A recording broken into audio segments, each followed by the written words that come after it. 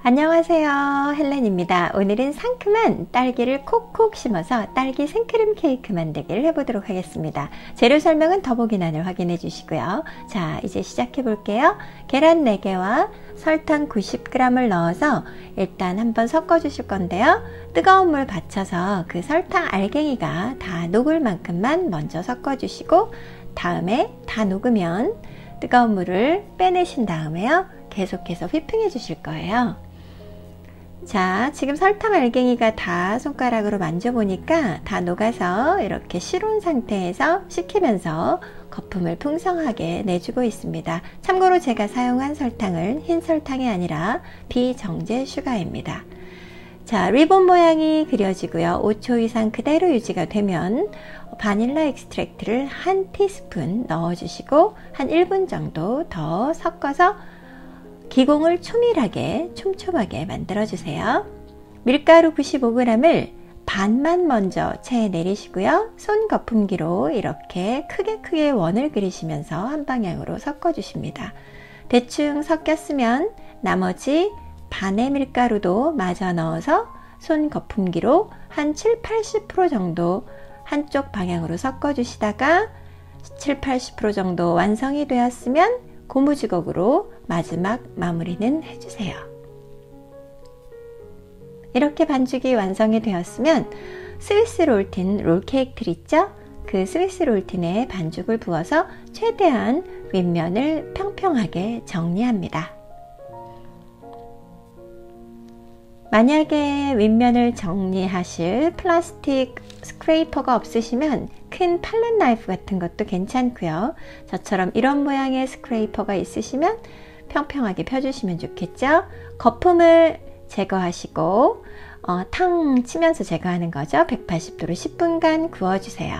10분이 지나서 다 구워진 스펀지는 이렇게 바닥에 저는 키친타올을 깔고 그 위에 아이싱 슈거를 뿌려서 그 위에 시트를 올려서 제거하고 있습니다. 유산지를 바로 제거해야 되는 이유는요, 식으면서 들쑥날쑥 높낮이가 달라질까봐 그래요.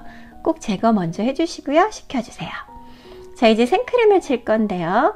생크림 300과 아이싱 슈거 20 섞어서 단단한 거품이 형태가 될 때까지 휘핑을 해주십니다. 거품이 아니라 크림이네요. 제가 실수를 했습니다. 머랭이 아니니까 크림 상태가 좀 단단한 상태가 될 때까지 휘핑을 해주세요.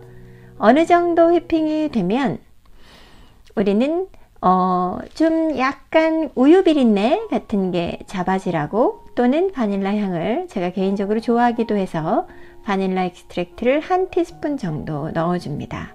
그리고 저속으로 잘 섞일 수 있을 때까지만 천천히 섞어주시면 완성이죠.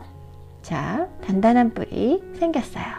자, 이제는 완벽하게 식혀진 스폰지 위에 생크림을 최대한 얇게 펴발라주세요. 이 시점에서 생크림을 너무 두껍게 바르시면 나중에 그 위에 딸기를 슬라이스해서 올릴 건데 그 딸기들이 너무 많이 움직이고 말 때 밀릴 수 있어요. 그러니까 최대한 생크림을 얇게 펴발라 주시고요. 그 위에 칼금을 내주세요. 이렇게 3등분이 될 수 있도록. 저는 보니까 24cm여서 3등분을 8cm 간격으로 내주었습니다. 자, 금을 내주고 그 다음엔 이렇게 절단을 해주는 거죠. 이미 다 절단을 시켜놓은 상태에서 딸기를 최대한 또 얇은 슬라이스를 내주셔서 사이즈가 작은 건 상관이 없는데 너무 크거나 두꺼우면 말 때 각이 생길 수 있으니까 얇고 작게 슬라이스를 해주시길 추천합니다. 딸기를 다 올리신 다음에는 지금 화면에 보이시는 것처럼 얇게 다시 한번 생크림을 코팅해 주세요. 그래야 서로 케이크끼리 잘 붙을 수 있겠죠. 자, 마지막 부분은 이렇게 한쪽 끝을 사선으로 잘라주세요.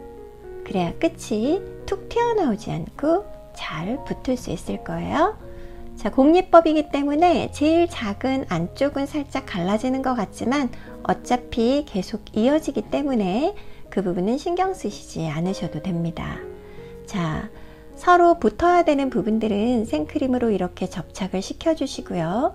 윗부분에 살짝씩 홈이 패인 부분이나 생크림이 덜 채워진 부분은 지금 보이시는 것처럼 생크림을 채워주시고, 모양을 잘 고정하기 위해서 저는 이렇게 움직이는 무스링으로 한번 둘러주고 조여줬습니다. 여러분들은 저와 같은 똑같은 틀이 없으신 분들이 많을 거라고 생각이 되는데요. 그러면 무스띠 있죠?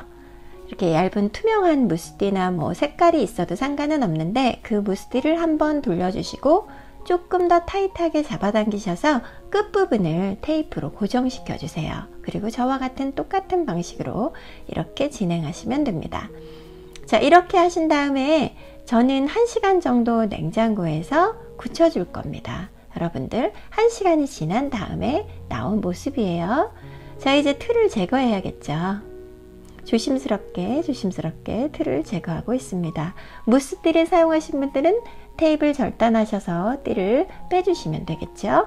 자, 훨씬 각이 평평하게 됐죠. 끝부분은 사선으로 잘라서 툭 튀어나오지 않고 딱 붙어있는 모습도 살짝 보이죠. 자, 윗면과 옆면을 생크림을 발라서 아이싱을 해줍니다.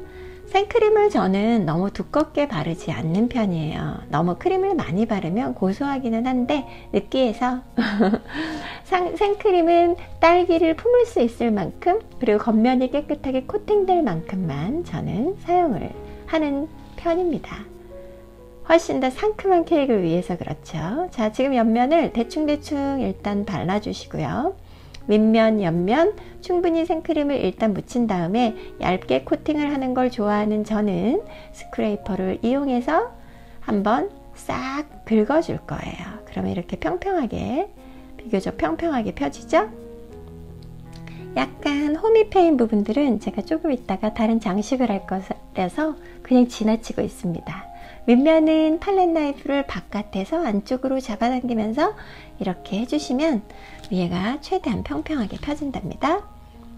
케이크 보드는 예쁘지 않으니까 깔끔하게 일단 정리를 해주시고, 제가 정말 좋아하는 데코레이션 시간입니다. 자, 저는 아몬드 다진 걸 이렇게 오븐에 180도로 한 5분간 구워둔 걸 많이 사용하는 편이에요. 그래서 밑면은 그걸 붙여주었고요. 디자인을 위해서 아이스크림 콘 와플이라고 그러나요? 저걸 뭐라 그러죠?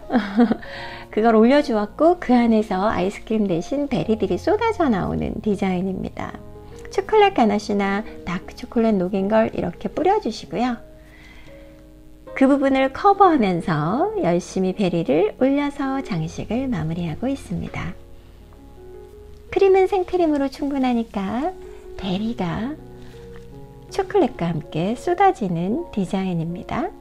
자, 쏟아졌으니까 밑에도 베리가 있어야겠죠. 만약에 딸기, 라스베리, 블루베리 이런 거 좋아하시는 분들은 이 디자인도 나쁘지 않은 것 같아요. 저희 아이들은 예쁘다고 하더라고요. 이 케이크는 저희를 위한 게 아니라 누군가를 위한 선물이었거든요. 애들이 하도 부러워해서 하나 똑같은 걸 더 만들어서 오늘은 집에 와서 아이들을 먹였죠. 엄마의 마음이 그렇잖아요. 아이들을 또 못 주면 미안한. 지금 영상에서 보이시는 이 케이크는 제가 누군가에게 선물로 보냈던 케이크입니다. 옆면이 좀 너무 하얘서 심심한 것 같아서 다크 초콜릿을 녹여서 종이 파이핑백을 접어서 그 안에 담고 이렇게 장식을 해보고 있습니다. 제가 리코우동 블루를 다닐 때 저희 스승님들이 이 테크닉을 굉장히 많이 쓰시더라고요. 그래서 저도 그 이후에 저도 이 테크닉을 상당히 많이 즐겨 사용하는 편입니다. 심심할 때, 공간이 썰렁할 때 많이 하고 있습니다. 처음 하시는 분들은 손이 좀 부들부들 떨리시긴 하실 거예요. 저도 처음엔 그랬는데 하다 보면 이렇게 공중에 막 끈을 띄워서도 짜는 날이 오더라고요. 이렇게. 자, 거의 다 장식이 마무리가 되었네요. 짜잔! 이렇게 해서 딸기 생크림 케이크가 완성이 되었습니다. 이건 자른 단면이에요. 유지가 전혀 들어가지 않아서 스폰지가 심하게 부드럽고 촉촉하거든요. 자를 때 좀 밀리는 경향이 없지 않아 있습니다. 그 정도로 부드러워요. 이 케이크 이런 케이크, 상큼한 케이크, 건강한 케이크 누군가에게 선물을 하면 제 마음은 더욱더 훨씬 풍요로워지는 것 같더라고요. 오늘도 좋아요, 구독 부탁드립니다. 시청해 주셔서 감사합니다.